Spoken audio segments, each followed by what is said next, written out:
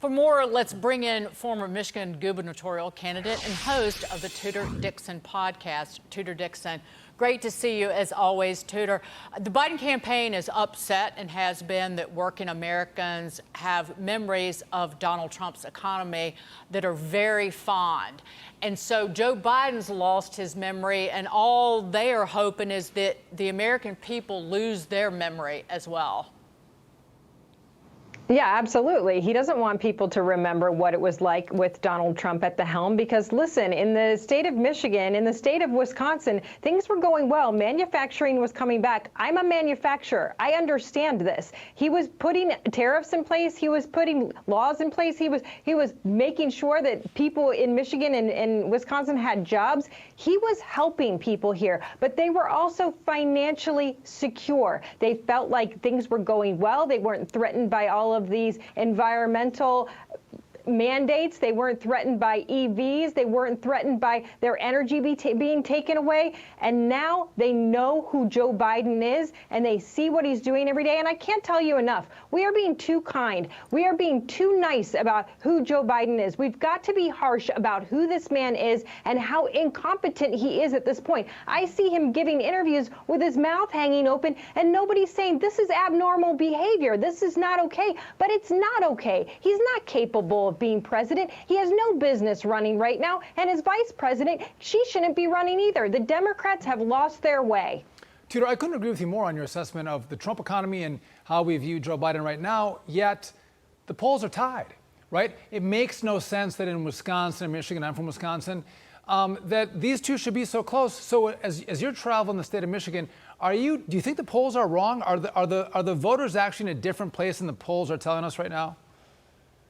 In the state of Michigan, I think absolutely. Right now, I know that they are trying hard to keep Joe Biden. As you just saw, they're trying hard to keep reporters away from Joe Biden so he can't actually speak. So you have these staunch Democrats who are going, oh, look, he spoke and he did well. That's what I'm saying about not being harsh enough on this man. If he's able to keep standing, we're like, oh, that's fantastic. Look, he actually did a good job. But no, I don't think the voters are there. I think the voters are being shy right now. I think this is the same thing we saw in 2016, where people are afraid to come out and say that they are for Donald Trump because look at what's happening on college campuses. Look what's happening on The View. If that's what's happening on The View and they're so willing to say that he should be put in jail and any supporter is a complete idiot, that Clay Travis isn't even intelligent enough to speak on radio, people are not going to say how they're voting. Before we move on, Biden won Wisconsin by fewer than 21,000 votes. Sean knows this. But in the primary, uninstructed votes, 48,373. That's what Joe Biden's worried about as much as he's worried about Donald Trump, is the people who are in his party and absolutely loathe him.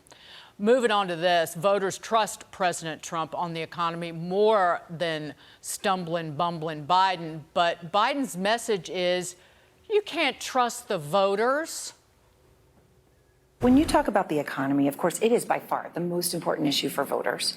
It's also true right now, Mr. President, that voters by a wide margin trust Trump more on the economy. With less than 6 months to go to Election Day, are you worried that you're running out of time to turn that around?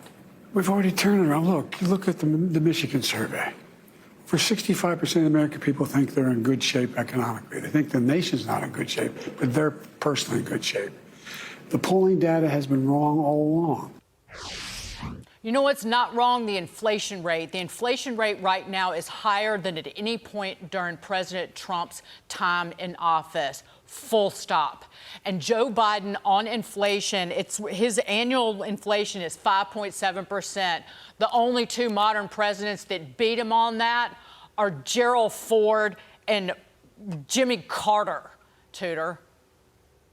Look, they think that the American people are stupid. They think that him coming back and saying, after a pandemic, the jobs came back and that's all because of me, that's going to work to turn the people around. But let's pick apart that interview for just a second. Look at her demeanor, just the way she's talking to him. It's like your grandfather in a nursing home. He is getting treated with kid gloves. She's quietly whispering. Have you ever heard someone interview Donald Trump that way? Quietly whispering, letting them answer, being very careful with them? No. And Guess what? The American people are picking up on this. They know that he can talk about this stuff. They know that he's lying. He obviously has some information left in his head, and he's telling people, oh, look at this poll. The American people think they're fine in their house. They think the nation's a mess. Well, guess what, buddy? You're the head of the nation, and so that's why you will not be reelected in 2024.